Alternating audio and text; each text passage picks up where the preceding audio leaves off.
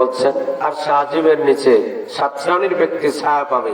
3 নম্বর ব্যক্তি হলো সে মসজিদের সাথে সম্পর্ক যার সবচাইতে বেশি, চিল্লা বলেন সুবহানাল্লাহ।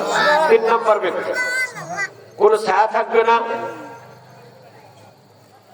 কোন রকমের সাহায্য থাকবে না, কিন্তু ওই ব্যক্তি সাহায্য পাবে যেই ব্যক্তি মসজিদের সাথে জান প্রাণ দিয়ে, সময় শ্রম বুদ্ধি টাকা পয়সা দিয়ে নামাজ পড়ে ইবাদত করে সার্বিক অবস্থায় তারা জড়িত থাকছে। আল্লাহর হাবিব ফরমান ওই ব্যক্তি আর সাজিবে ছায়া পাবে, চিল্লা বলেন সুবহানাল্লাহ। আমি আর এদিক সেদিক কথা বলতে চাচ্ছি না, আমি আমার গন্তব্যস্থলের দিকে যেতে চাচ্ছি। আল্লাহ পাক তৌফিক দান করেন, সকলে বলেন আমিন। তাই সূরাটার নাম কি? সূরাতুল হুমাযা। হুমাযা শব্দের অর্থ কি? নিন্দা। পিছনে পিছনে কি করা? নিন্দা করা। আল্লাহ বলছেন ওয়াইলুল লিকুল্লি হুমাযাতিল লুমাযা। ওয়াইল শব্দের অর্থ হলো ধ্বংসের জন্য দোয়া করা, ধ্বংস এবং অভিশাপের জন্য কি করা? দোয়া করা হয়। জাহান্নামী একটা উপত্যকার নাম, কয়েকটা অর্থ আছে। আল্লাহ পাক বলতেছেন ধ্বংস তারাই, লিকুল্লি ওই সমস্ত লোকগুলা, হুমাযা যারা পিছনে পিছনে মানুষের দুর্নাম নিন্দা চালায়। এরপরে লুমাযা শাব্দিক অর্থ হলো সামনাসামনি মানুষের দুর্নাম করে। তাহলে বোঝা গেল সামনেও করা যাবে না, পিছনেও করা যাবে না। ওই সময়ের মধ্যে মানুষেরা ইসলাম বিপক্ষে পন্থীরা সামনাসামনি এবং পিছনে সমালোচনা মানুষকে করতো, যাতে রাসূলের দলটা ভারী না হয়, রাসূলের কথা না শোনে। ফাটল সৃষ্টি করার জন্য তারা সামনাসামনি পিছনে পিছনে তারা দুর্নাম চড়াইতো, নিন্দা চড়াইতো। এই কারণে আল্লাহ পাক বলতেছে শোনো, যারা মুমিনদের প্রতি দুর্নাম চালাও, নিন্দা করো, তোমরা তাদের বিরুদ্ধে কথা বলো, তোমরা হলো ধ্বংস, তোমরা হলো ধ্বংস। চিল্লাবেন আল্লাহু আকবার। তাহলে আমরা ধ্বংসপ্রাপ্ত হব নাকি জান্নাতে মেহমান হব? বলে আমরা তাহলে আজ থেকে আমরা কারো কোনো দোষ চর্চা করব না। এই একটা টিপস, এই টিপসটা অনেক কঠিন, কিন্তু আমাদের পালন করা খুবই কঠিন। যদি আমরা পালন না করতে পারি, আমি আপনি ধ্বংস হয়ে যাব। ইবাদত করব, কাজে আসবে না। এই গীবত, শিকায়েত, নিন্দা এটা আমাদের ভিতরে অনেক আছে, আছে না নাই? তাহলে আমরা কি করবো? এটা বাদ দিয়ে দেব। আল্লাহ তাআলা সূরাতুল হুজরাতের মধ্যে ফরমান, তোমরা কি কেউ তোমাদের মৃত ভাইয়ের গোশত, আজ তোমার ভাই মারা গেছে, ওই ভাইয়ের গোশত কি তোমরা খাইতে চাও? কেউ খাইতে পারবা? তোমরা কি কেউ পছন্দ করবা? কেউ পছন্দ করবে না। তাহলে যেই ব্যক্তি মানুষের দোষ চর্চা, গীবত, নিন্দা, শিকায়েত নিয়ে থাকবে, তারা মৃত ভাইয়ের গোশত চাবায়া চাবায়া খাবে। এত ভয়াবহতা। তাহলে এটা আমাদের দূর থাকতে হবে। আল্লাহ পাক তৌফিক দান করেন, সকলে বলেন আমিন। আজকের মুখ্য আলোচনা যেটা এই দ্বিতীয় আয়াত থেকে শুরু, সেটা হলো এরকম, আল্লাযী জামআ মালান ওয়া আদ্দাদা। আল্লাহ পাক বলতেছেন যারা দুনিয়ার লোভী, যারা অর্থের লোভী, এরা কি করে জানেন? তারা অর্থের পূজা করে, অর্থকে দেখাশোনা করে, অর্থকে গণে জমায় সঞ্চয় করে। তারা অর্থকে কি করবে? সম্পদকে জমাবে আর গণনা করবে যে আমার এত হলো, আমার এই বাড়ি হলো, ওই বাড়ি হলো, কালকে অমুক জায়গা হবে, তারপরে তমুক জায়গা হবে। এই গুনতে গুনতে গুনতে গুনতেই থাকবে। এই অর্থের প্রতিযোগিতা, প্রাচুর্যের প্রতিযোগিতা চালাবে ততক্ষণ, কবরে যাবে না যতক্ষণ। হাত্তা যুরতুমুল মাকাবির, যতক্ষণ পর্যন্ত কবরে না যাবে ততক্ষণ পর্যন্ত এই লোক লালসা, সম্পদ খালি গোছাতেই থাকবে। আল্লাযী জামআ মালান ওয়া আদ্দাদা। এবং ওই সমস্ত ব্যক্তি ধ্বংস হবে যারা সম্পদ জমাবে বেহালালি ভাবে, যারা হালাল পন্থায় জোগাড় করে আল্লাহর রাস্তায় ব্যয় করে তাদের কথা নয়, যারা হারাম পথে উপার্জন করবে, মালের ডিব্বা বানায় দিবে আর গণনা করবে, আজকে এই ডিব্বা আছে, কাল ওই ডিব্বা, তারপর ওই ডিব্বা, আজকে এই অঞ্চল, কাল সেই অঞ্চল, এমন করবে যারা, তাদের বিষয়ে বলতেছে তারা ধ্বংস, তারা অভিশপ্ত, তারা জাহান্নামী। যারা কি করে, এই মাল সম্পদ অর্জন করার গণনা করতে থাকে। আল্লাহ রাব্বুল আলামিন ডাক দিয়ে বললেন, ও আমার বান্দারা, ওই সমস্ত ব্যক্তিরা ধ্বংস হবে যারা মালকে গণনা করবে, যারা মালকে সঞ্চয় করবে অবৈধভাবে।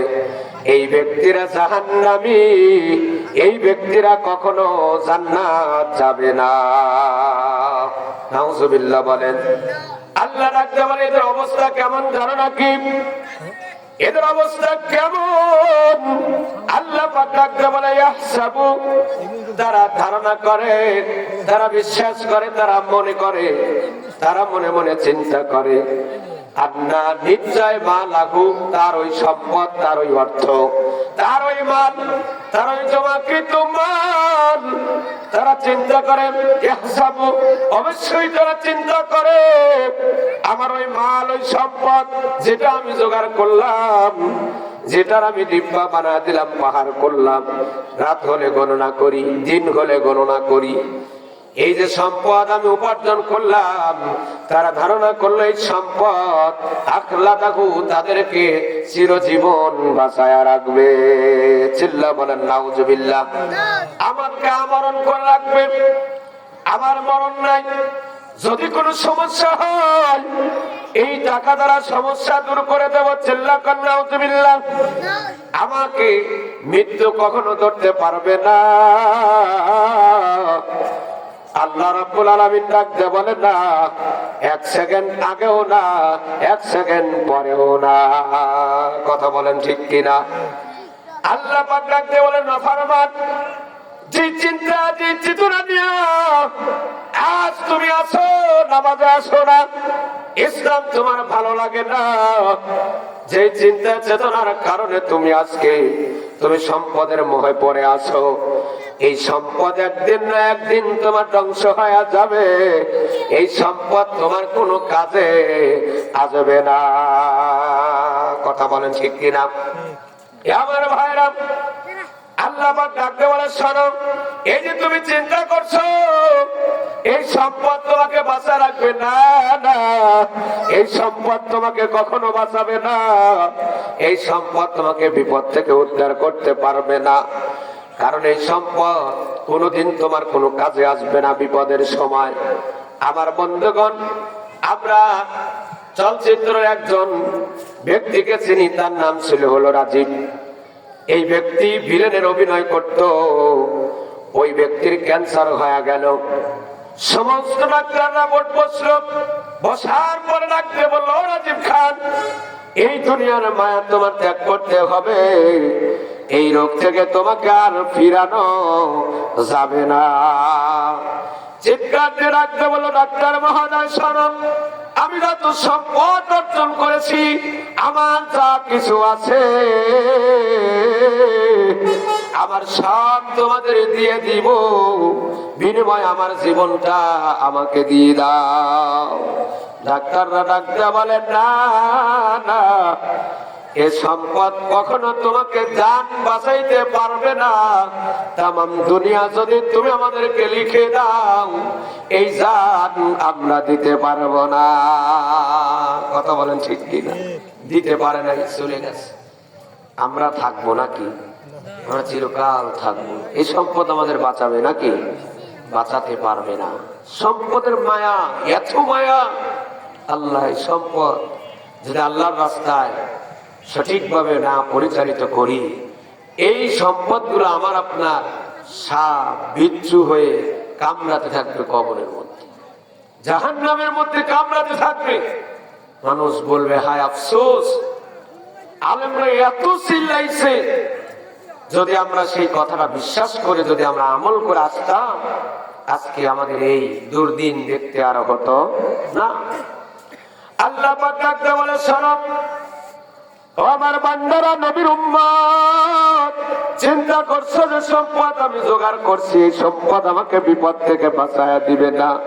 আল্লাহ পাক বলেন কাল্লা, কখনো না, কখনো না। কার কথা সত্য হবে বলেন তো দেখি? আমার আল্লাহ বলছে কখনো না।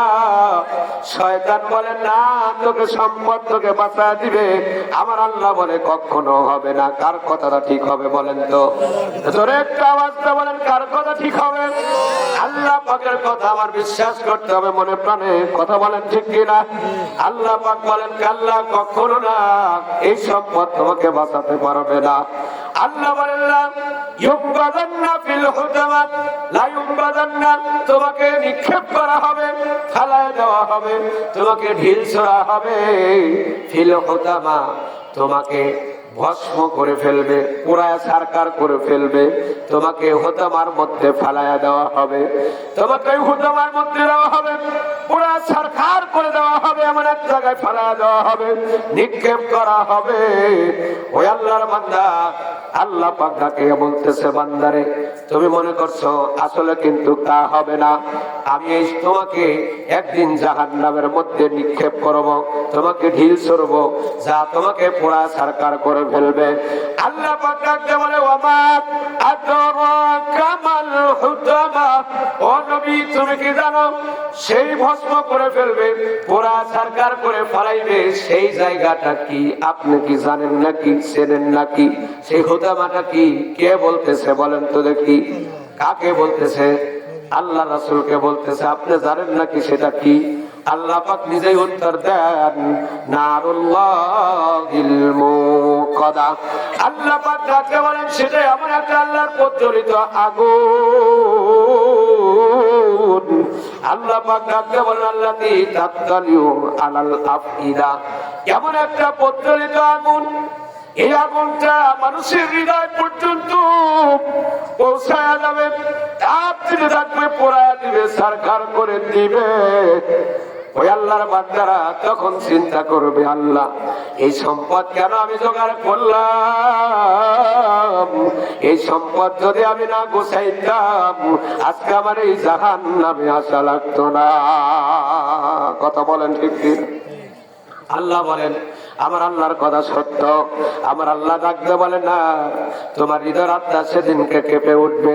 তুমি কি সম্পদ কার জন্য করছো, কার জন্য জোগাড় করে যাচ্ছ, একটা বার চিন্তা করে দেখো। তুমি সম্পদের পিছনে দৌড়াইবা না। আল্লাহর আবেদরা আল্লাহর দিকে দৌড়ায়, সম্পদ তাদের দিকে দৌড়ায়। চিল্লাকান সুবহানাল্লাহ। নাফরমানরা সম্পদের দিকে দৌড়ায়, শয়তান তাদের পিছনে পিছনে দৌড়ায়। নাউজুবিল্লাহ বলে। আল্লাহর বান্দার আখিরাতের দিকে দৌড়ায়, আমার আল্লাহর সম্পদ আমার বান্দার দিকে দৌড়ায়। সুবহানাল্লাহ বলে। আল্লাহর বান্দারা আল্লাহ পাক ডাকতে বলে, ও আমার বান্দা, সেদিন যেদিন তোমাকে আগুনের মধ্যে পোড়ানো হবে, তোমার ভাইকে ডাকবা, আসবে না। তোমার বাবাকে ডাকবা, তোমার মাকে ডাকবা, কেউ তোমার কাছে আসবে না। তোমার স্ত্রীকে ডাকবা, তোমার ছেলেকে ডাকবা, তোমার মেয়েকে ডাকবা, কেউ তোমাকে ডাকে সাড়া দিবে না। আজ তোমার শাস্তি তুমি ভোগ করো। আজকে ছেলের জন্য অবৈধভাবে সম্পদ জমা করি, আছে না নাই? কন্যাকে ফাঁকি দেই, ছেলেদেরকে দিয়া দেই, ভাতিজারে ফাঁকি দেই, নিজের সন্তানকে দেই, আছে না নাই বলেন তো দেখি? এই সম্পদ সেদিন কাল কঠিন কিয়ামতের মাঠে আমার আপনার জানের কাল হয়ে দাঁড়ায়া যাবে। আমার আল্লাহ ডাকতে বলে, শোনো, সেটা এমন একটা প্রজ্বলিত আগুন, যা তোমার হৃদয়টা পর্যন্ত কাঁপায়া দিবে। এত আযাব দেওয়া হবে, এত শাস্তি দেওয়া হবে, এমন ভাবে তোমাকে পোড়ানো হবে, ভস্ম করে দেওয়া হবে। আল্লাহ পাক ডাকতে বলেন, ইন্নাহা আলাইহিম মুসাদা ফি আমাদিম মুমাদ্দাদা। আল্লাহ পাক ডাকতে বলেন, শোনো, বিশাল বড় একটা পিলার হবে, আগুনের লেলিহান হবে, পিলার হবে। ওই পিলারের মধ্যে তোমাকে পরিবেষ্টন করে রাখা হবে। মানুষ পূর্বে পূর্বে চিৎকার করে কান্না করবে, কেউ ডাকের জবাব দিবে না। জাহান্নামের আগুন। আল্লাহ রাসূল বলেন, আমার সাহাবীরা শোনো, দুনিয়ার যে আগুন মানুষ জ্বালায়, এই আগুনের চাইতে ৭০ গুণ তেজের আগুন জাহান্নামের। আল্লাহু আকবার বলেন। সাহাবীরা ডাকতে বলেন, ইয়া রাসূলুল্লাহ, ইয়া হাবিবাল্লাহ, এত তেজের আগুন দেওয়ার কি প্রয়োজন ছিল? দুনিয়ার যে আগুন, এই আগুনে যে একজন মানুষকে পোড়ানোর জন্য যথেষ্ট ছিল। কথা বলেন ঠিক কিনা?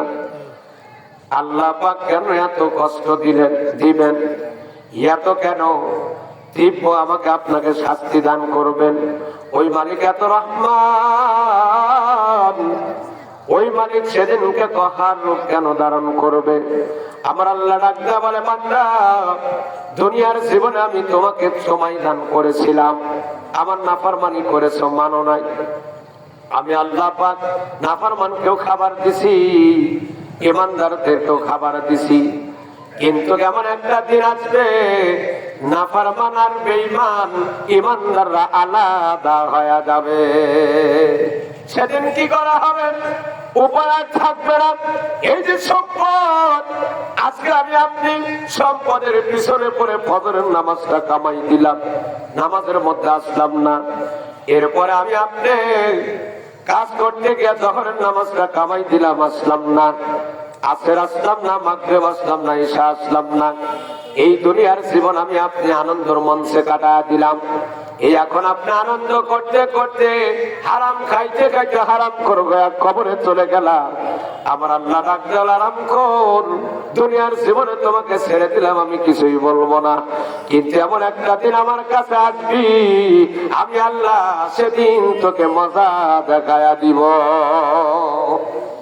এই কারণে আমার আপনার দুনিয়ার জীবনটা করা যাইতে হবে। দুনিয়ার জীবন যদি করা না যায়, আল্লাহ পাক ডাকতে বলে, তোমার ওই পরজগৎটা তোমার বড় কঠিন হয়ে যাবে, ভয়ঙ্কর হয়ে যাবে। আল্লাহ পাক ডাকতে বলে, আল কারিয়া তুমাল কারিয়া, এই দুনিয়াটা যেদিনকে ঝাঁকি দেওয়া হবে, ইযা যুলজিলাতিল আরদু জিলজালাহা, এমন একটা ঝাঁকি দেওয়া হবে, এই ঝাঁকির যদি মানুষের হৃদয় আত্মারা কেঁপে উঠবে, মানুষ হাও হাও করে কান্না করবে, আজকে জমিনের কি হলো, এমন কেন হলো? কিছুদিন আগে সামান্য কিছু ঝাঁকি দিয়েছে, তাই 10 তলা থেকে 5 তলা থেকে মানুষ দৌড়ে নামতেছিল। কারো চোখ নষ্ট হয়েছে, কারো হাত ভেঙে গেছে, কারো পা ভেঙে গেছে, কারো থালা বাসন পড়ে গেছে। ছোট্ট শিশু সন্তান দেওয়াল ভেঙে দুনিয়া থেকে বিদায় হয়ে গেছে, সামান্য একটু ছাকা দিছে। এত ভয়, 5 তলা থেকে দৌড়ে নামতেছে বাঁচার জন্য। কি কথা বলেন ঠিক কিনা? এত ভয়, সামান্য একটু ছাকা দিছে। আর যেদিনকে সমস্ত জমি এমন জোরে ছাকা দিবে, সেদিন আমার আপনার অবস্থা কেমন হবে? তখন এই সম্পদ, এই জমিন সব সম্পদ বের করে দেবে। সেদিনকে এই জমিন সব অর্থ সম্পদ বের করে দেবে। তিনি নাফরমান চিন্তা করবে, আল্লাহ, এই সম্পদের কারণে আমি চুরি করছি, এই সম্পদের কারণে আমি হারাম খাইছি, এই সম্পদের কারণে আমি ডাকাতি করছি, আমি এই সম্পদের কারণে কি দুর্নীতি করেছি। আজকে সম্পদ নেওয়ার মতো কেউ না, সম্পদের দিকে মানুষ আর কেউ তাকাবেও না, কারণ ওটার কোনো কাজ আজ হবে না। সেদিন আমার অবস্থা কেমন হবে, অবস্থাকে বুঝতে হবে। আল্লাহ পাক ডাকতে বলে, এই জমিনে আমি তোমাকে চলতে দিলাম আমার মতো করে, এই জমিনে চলো হলো তুমি তোমার মতো করে, তোমার মতো করে চলো, আমি বাধা দিব না। আমার আল্লাহ ডাকতে বলে, সেদিন এই জমিন তোর বিপক্ষে সাক্ষীদার হয়ে যাবে। আমার উপরে বসে, আমার উপরে চড়ে নাফরমানি করেছে আল্লাহ, তোমার কাছে আমি বলছি আমাকে শক্তি দেন, আমি ওদেরকে ধ্বংস করে দেব। বলছে, একটু দাঁড়া, একটু দাঁড়া, যখন তোর ভিতরে আসবে তোর সব রাগ তুই সেদিন মিঠাইয়া দিস। এ সময় কার কখন চলে যান কেউ কিন্তু আমরা জানি না। কথা বলেন ঠিক কিনা? আজ এই মহল্লায় মানুষ মারা গেল, দাফন করে আসলাম, কত ছেলে একজনও গেল না। কথা বলেন ঠিক কিনা? নাতি গেল না, ছেলে গেল না, কন্যা গেল না, আপনজন কেউ গেল না, একা একা ওই বাস বাগানে রাখে আসলাম। একদিন আপনার এরকম হবে, কেউ আপনার সঙ্গে যাবে না।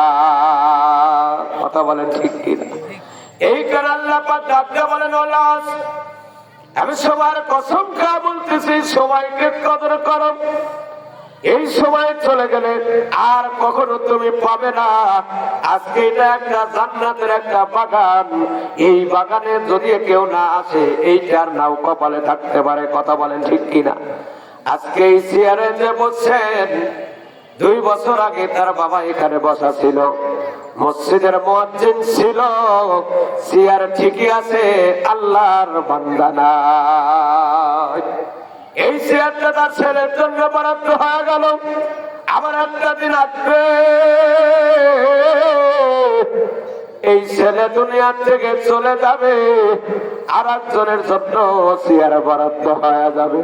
চেয়ারের জায়গায় চেয়ার থাকবে, মানুষ থাকবে না। কথা বলেন ঠিক কিনা? আল্লাহর বান্দারা কিসের বড়াই করো আর কিসের পথ দেখাও?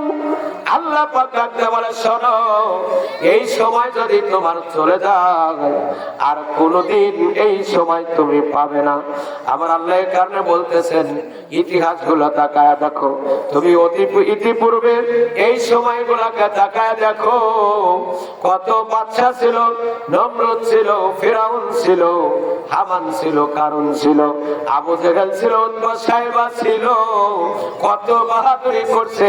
ওই সময় তারা টিকতে পারে না। কথা বলেন ঠিক কিনা?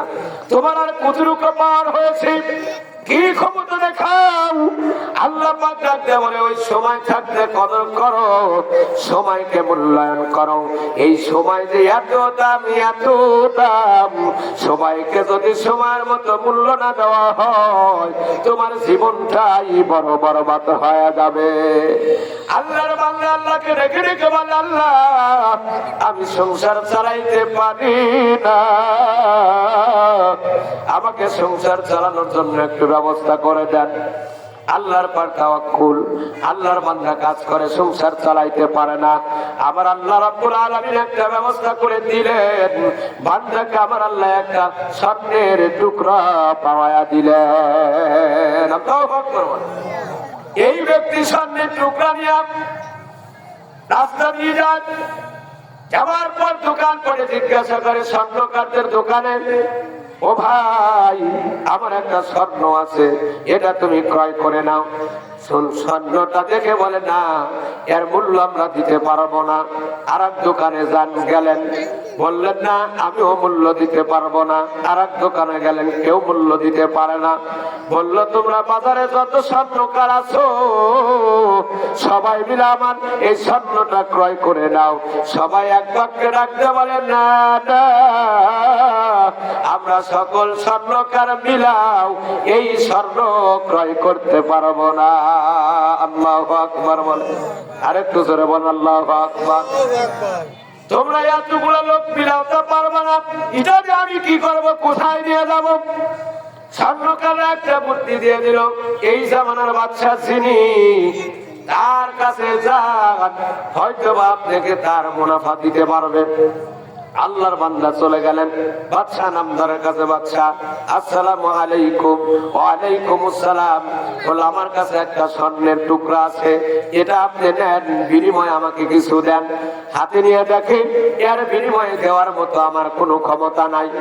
বাদশা যখন এই কথা বলল, আল্লাহর বান্দা ডাকতে বলো, বাদশা স্বর্ণকার না পারলো না, তোমার কাছে পাঠায় দিল, আবার তুমি বাদশা তুমিও পারবা না, কার কাছে নিয়ে যাব?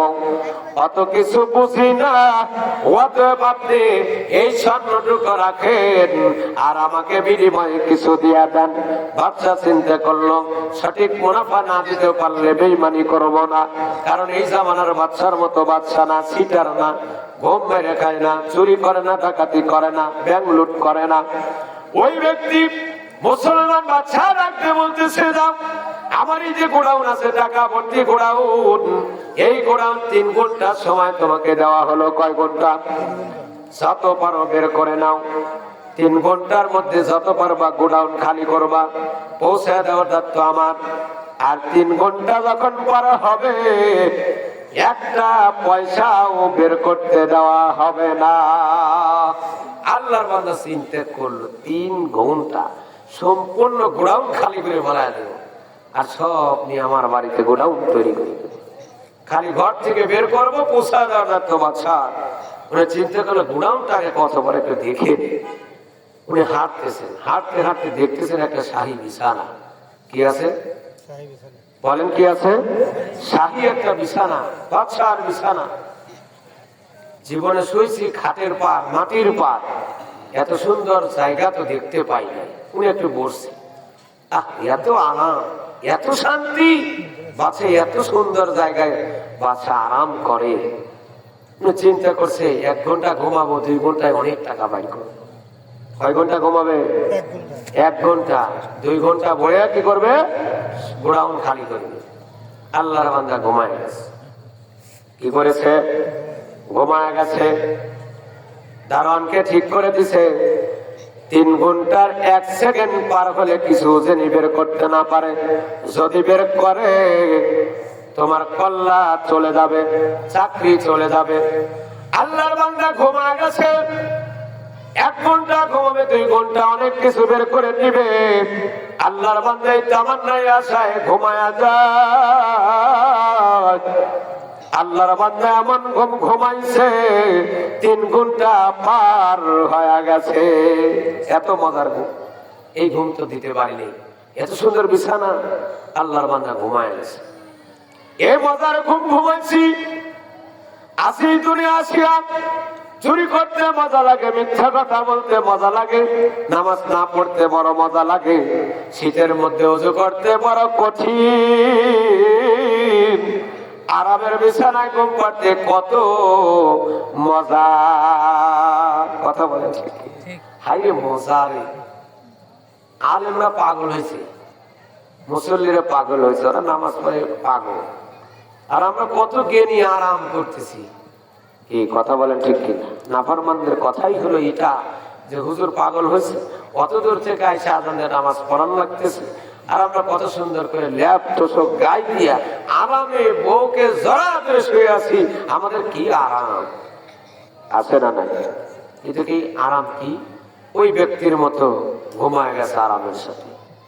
কয় ঘন্টা পার হয়ে গেল। দারোয়ান চিন্তা করলো কি বেটা গেল কোথায়, কিছুই তো বের করলো না।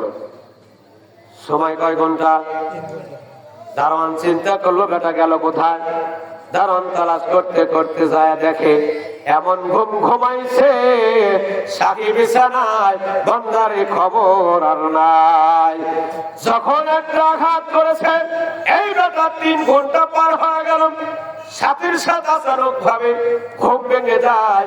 তাকে তো কি করে, কি ব্যাপার? বললো 3 ঘন্টা পার হয়ে গেছে।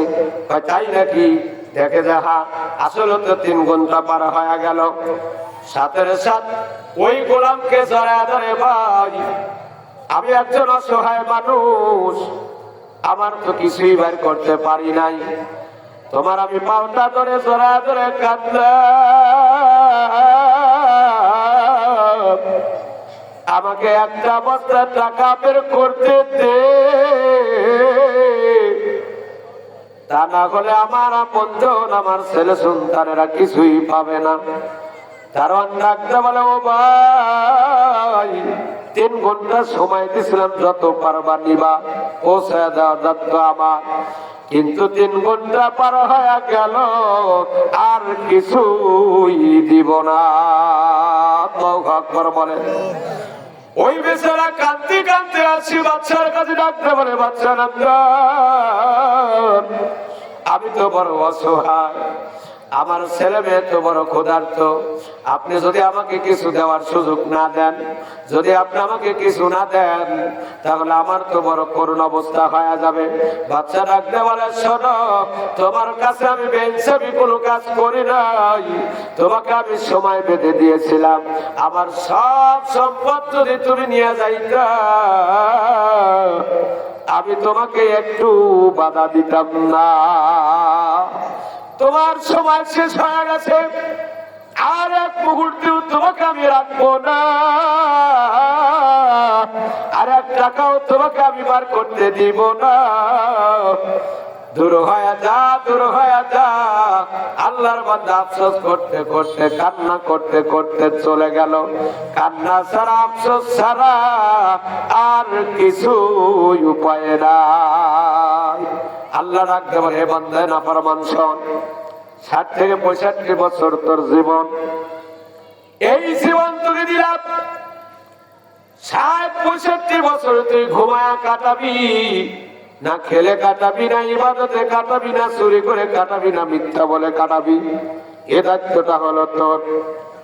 কিন্তু সেদিন আমার মালাকুল মউত আসবে, সামনে দাঁড়ায়া যাবে, এক কদম সামনে দিতে পারবি না। হাউমাউ করে কান্না করবি, চিৎকার করে কান্না করবি। এই কান্না আমার মালাকুল মউত শুনবে না। যতই কানা কান্না করো, যতই কানা কারোবারও করো, কোন লাভ আসবে না, আসবে না। এই মরণ তোমার হবেই হবে, তুমি কেন চিন্তা করো না। আল্লাহ পাক ডাকতে বলে, এ বান্দা শোন, তোকে যে সময়টা দিলাম ঘুমের মধ্যে কাটায় দিলি, ঠিক এখন তোর অবস্থা কেমন? তুমি যাদের সাথে মজা করেছো, যে বন্ধুর সাথে আড্ডা দিয়েছো, ওই বন্ধুরা আজকে কোথায়? ওই বন্ধুদেরকে ডাকো, আজকে বন্ধুদেরকে কাছে পাবা না। অত সেই বন্ধুরা তোমাকে গুনার দিকে নিয়ে গেছে, তোমার ছেলেরা তোমাকে গুনার দিকে ঠেলে দিছে। কথা বলেন ঠিক কিনা? এই কারণে সময় এখনো আছে।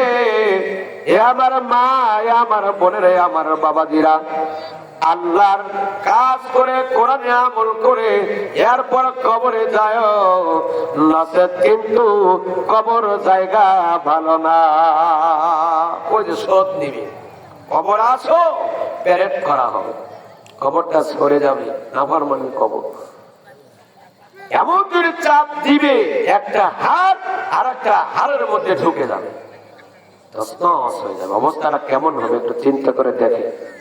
হাসলাম, আমার ওয়াজ শুনলাম, অবস্থাটা কেমন হবে একটু তৈরি করে। এই দুনিয়া কিছুই না। আজ মারা যাবেন, 1 কোটি টাকার গাড়ি কিনেছেন, সেখানে আপনি চালাক আসতেছেন, মারা গেছেন, 1 সেকেন্ডের মধ্যে আপনাকে সেখান থেকে টান দিয়ে বের করে আপনাকে বারান্দায় ফালায় রাখবে, ছুটান করে ফালায় রাখবে। ওই গাড়ি আর তুমি পাবা না। এমন একটা গাড়ি, মসজিদের 4 বেড়ার পালকি তোমার দরজার সামনে দাঁড়ানো। কি হয়েছে? অমুক ব্যক্তি মারা গেছে। এই কারণে বলি, আল্লাহর নবী ডাকতে বলেন, ও আমার উম্মতরা ভালো করে শোনো, 2টা চোখ জীবনে কোনদিন জাহান্নামে যাবে না।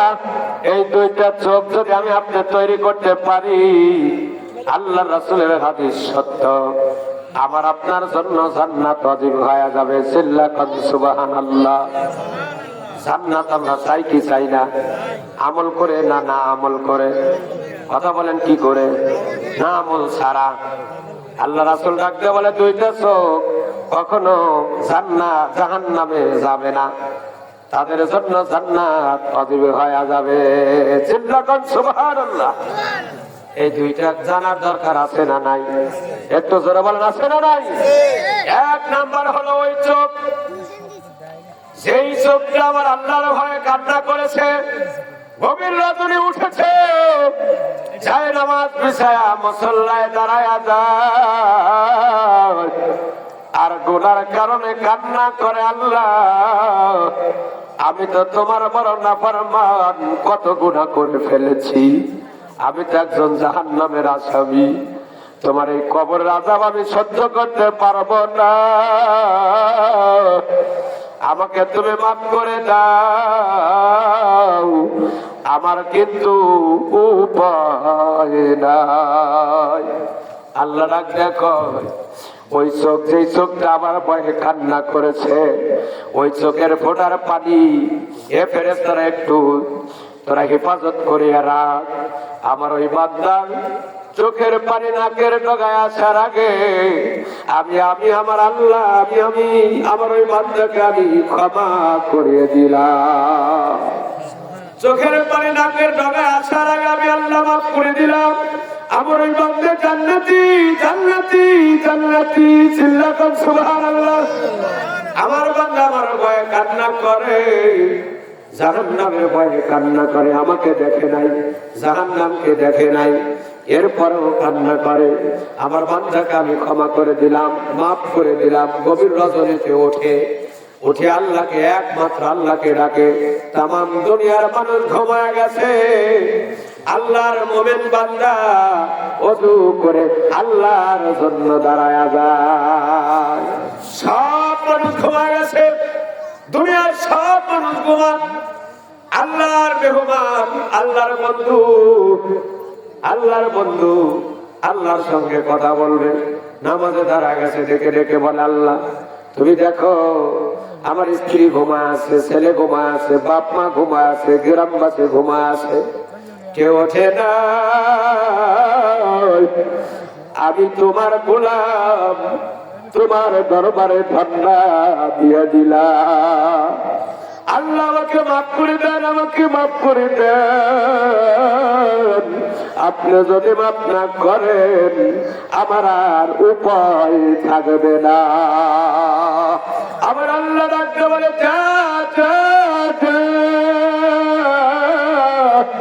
তোর জন্য জাহান্নামের আগুন হারাম, তোর জন্য জান্নাত নসিব হয়ে যায়। আল্লাহু আকবার বলে।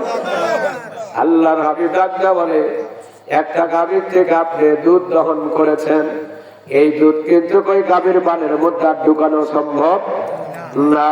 যদিও ঢুকাইতে পারেন, কিন্তু কোন ব্যক্তি যদি আল্লাহর ভয়ে কান্না করে, চোখ দিয়ে যদি পানি বের হয়ে যায়, আল্লাহর রাসূল ডাকতে বলেন ওই ব্যক্তিকে জাহান্নাম দেওয়া সম্ভব না। আল্লাহু আকবার। আল্লাহর নবী ডাকতে বলেন, আরেকজন ব্যক্তি আছে, যেই ব্যক্তি আল্লাহর রাস্তায় পাহারা দেয়, আল্লাহর রাসূলের সৈনিকদের পাহারা দেয়, দিনকে জিন্দা করতে যাবে, ওই ব্যক্তির ওই তাবুগুলা যারা পাহারা দেয়, সারা রাত জাগরণ করে, আল্লাহর হাবিব ডাকতে বলে এই চোখ কখনো জাহান্নামে যাবে না। এই কারণে আল্লাহ পাক ডাকতে বলে, বেশি বেশি করে কাঁদো আর অল্প অল্প করে হাসো। চরিত্র কান্নাওয়ালা চক্ষু নিয়ে কবরে যাও, তোমার জন্য আল্লাহ পাক জান্নাতের রাস্তা আসান করে দিয়েছে। কিন্তু যদি আল্লাহর ভয় না থাকে, ভিতরে যদি আমার আল্লাহর ভয় না আসে, আমার অবস্থা কেমন হবে জানেন তো? আল্লাহ পাক ডাকতে বলে, ইয়া আইয়ুহাল্লাযীনা আমানুত্তাকুল্লাহ হাক্কা তুকাতি ওয়া লা তামুতুন্না ইল্লা ওয়া আনতুম মুসলিমুন। আল্লাহ ডাকতে বলে ঈমানদার, কাদেরকে ডাকতেছে বলেন তো দেখি? ঈমানদারদেরকে ডাকতে বলতেছে, শোনো তোমরা আমি আল্লাহকে ভয় করো। কাকে ভয় করতে বলছে? আল্লাহকে ভয় করতে বলছে। ভয় করার মতো ভয় করো। কেমন ভয় করার মতো ভয় করবো? আল্লাহকে ভয় করার মতো আবার কেমন করে ভয় করবো? এটা তো আমরা বুঝি না, কথা বলেন ঠিক কিনা?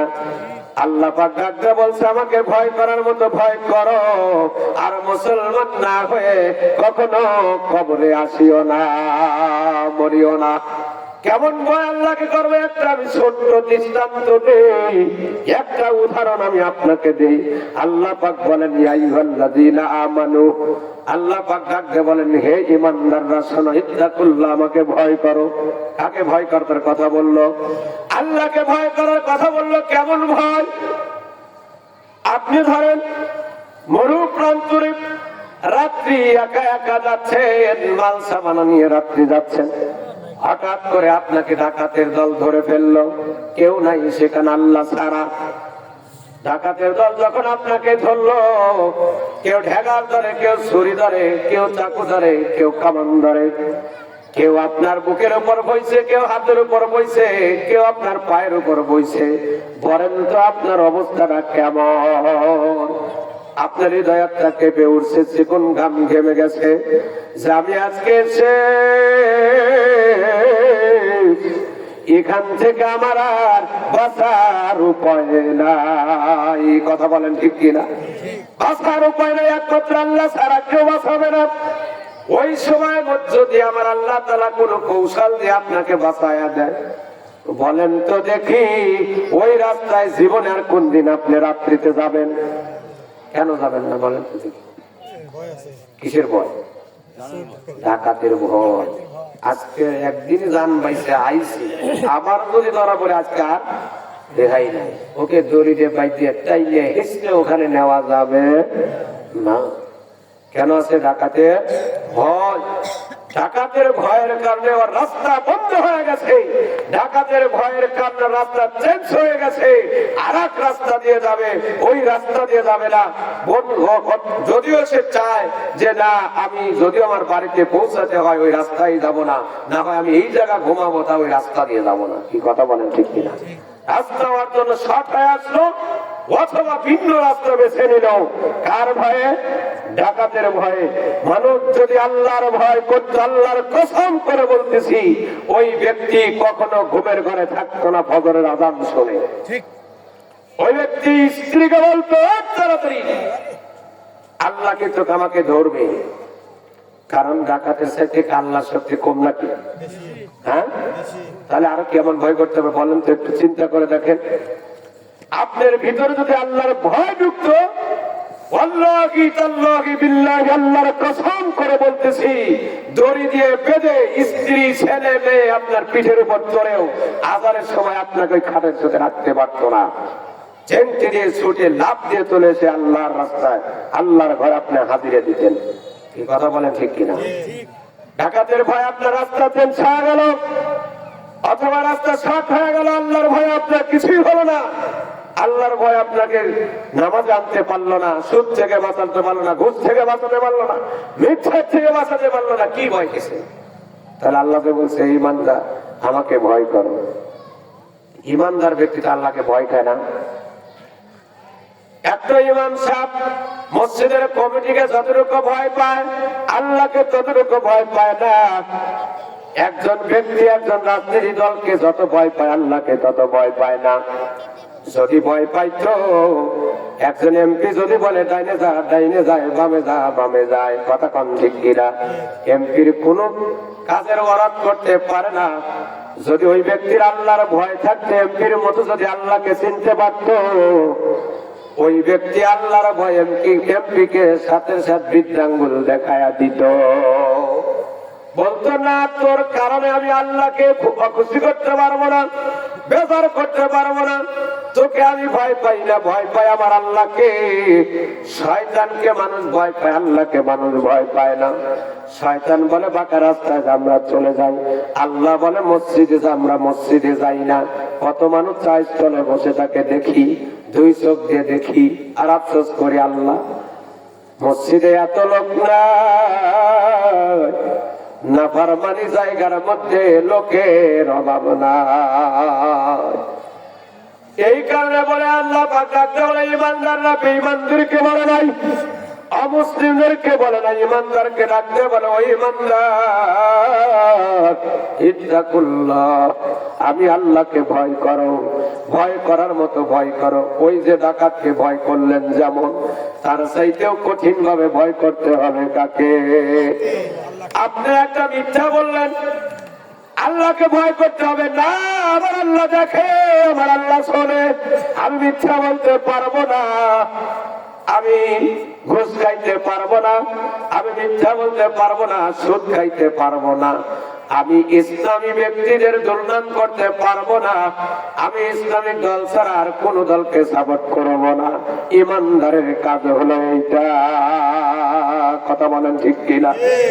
আল্লাহর বান্দারা শোনো, এই দুনিয়ার জীবন কোরআনী জীবন, কোরআন নিয়ে যদি কবরে যাও, তোমার জন্য জান্নাত বাজেট করা হলো, কোরআন নিয়ে না গেলে তোমার জন্য জাহান্নাম বরাদ্দ করা হলো।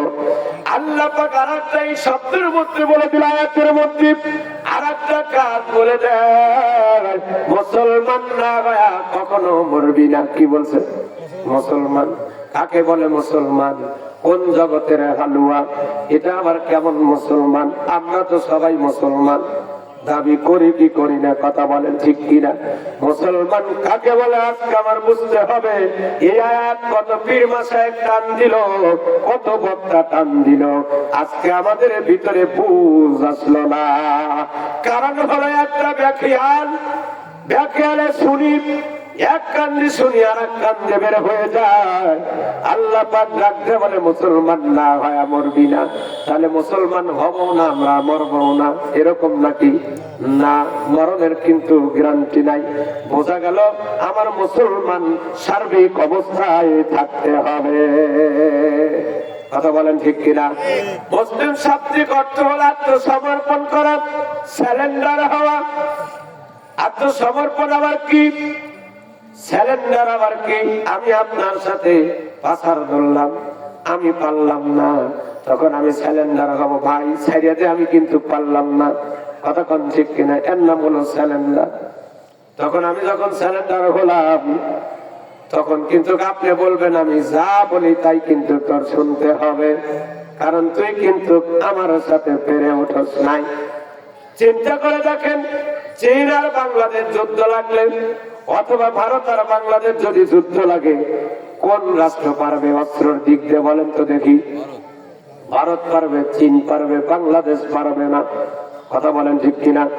কারণ ওর সামরিক শক্তি প্রচুর, অস্ত্রের শক্তি প্রচুর, প্রযুক্তির শক্তি প্রচুর, সব শক্তি নিয়ে আসে বাংলার জমিনে। খালি ইমানি শক্তি ছাড়া কোনো অস্ত্র নাই। কথা কোন ঠিক কিনা? লিল্লাহে তাকবীর, লিল্লাহে তাকবীর। দ্বিতীয় বক্তার আগমন, দ্বিতীয় বক্তার আগমন, লিল্লাহে তাকবীর। এই কথাটা বলে আমি শেষ করে যাচ্ছি আমার ভারত। তাহলে মুসলমান শাব্দিক অর্থ হল আত্মসমর্পণ করা। ওই যে ভারতের কাছে আপনি আত্মসমর্পণ করলেন, দাদা ডাক দিয়ে বলবে ঠিক আছে তোমরা আত্মসমর্পণ করছো, এটা ঠিক আছে, কিন্তু আমি যা কই তা যদি না মানো সাথে সাথে ব্রাস্ট করে দেওয়া হবে। কথা বলেন ঠিক? দাদা যা বলবে দাদি তাই তো শুনবে। এখন তার দাদি নাই, তখন কি হবে? তার কথা মতো আমার চলতে হবে। আর আমার আপনার আত্মসমর্পণ করতে হবে কোরআনের কাছে, আমার আপনার আত্মসমর্পণ করতে হবে সুন্নাহ হাদিসের কাছে। কথা বলেন ঠিক কিনা? হাদিস যা বলে, কোরআন যা বলে, তার নাম মানার নাম হলো মুসলমান। কোরআন বলে মিথ্যা বলো নাকি? নামাজ পড়িস না, এতে বলে না, এইটাই তো বলে, এখানে তো মসজিদে আসিনি। কি কথা বলে? তাহলে কোরআনের কাছে আত্মসমর্পণ করছি, মুসলমান তাহলে হইতে পারছি? খালি গরু হয়ে গিয়ে মুসলমান হয়ে গেছে। কি কথা বলে ঠিক কিনা? আল্লাহ পাক যেন আমাদের সকলকে মুসলমান বানায় কবর নেন। সকলে বলেন আমিন। দুইটা নাম ঘোষণা দিচ্ছি, রঞ্জু শেখ, পিতা মৃত নেকবার শেখ। পিতার জন্য